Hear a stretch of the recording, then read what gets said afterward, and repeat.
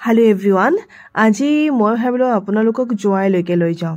তাতে এখন ধুনিয়া ৰিজৰ্টলৈকে আমি গৈছিলো কাম এটাৰ কাৰণে। আৰু ৰিজৰ্টখনত আহি আপোনালোকক নেদুখম এটোতো হ'বই নোৱাৰে।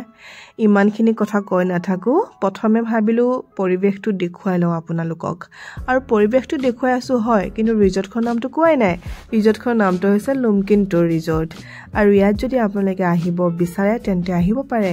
বহুত ধুনিয়া লোকেশনটো।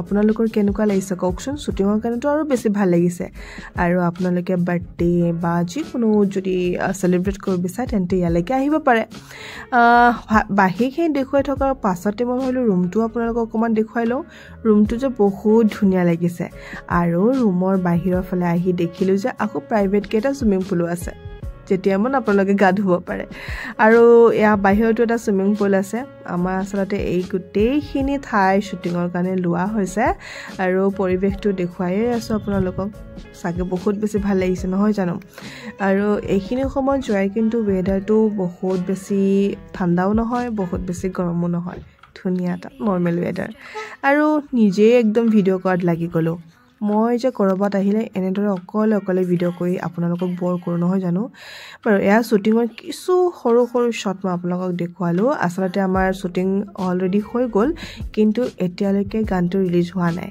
ৰিলিজ হলে মই আপোনালোকক লিংকটো শেয়াৰ কৰি দিম আৰু শুটিংৰ কাৰণে এই টেবলখন ধুনিয়াকে খজোৱা হৈছিল তাৰ পিছত এয়া হৈছে কল্যাণী আমাৰ গানটো হিৰোইন তো তাইকো সৰুকে ভিডিও আৰু ফটোশ্বটো মই উঠাই দিলো তাৰ পিছত আমি লাঞ্চ কৰিলো ইয়াতে খানা অবশ্যই ইমানটা ভাল নাছিল কিন্তু ভুকত চলি যায় আজিৰ এই ভিডিওটো এইখিনি আছিল যদি ভাল লাগিছে তেন্তে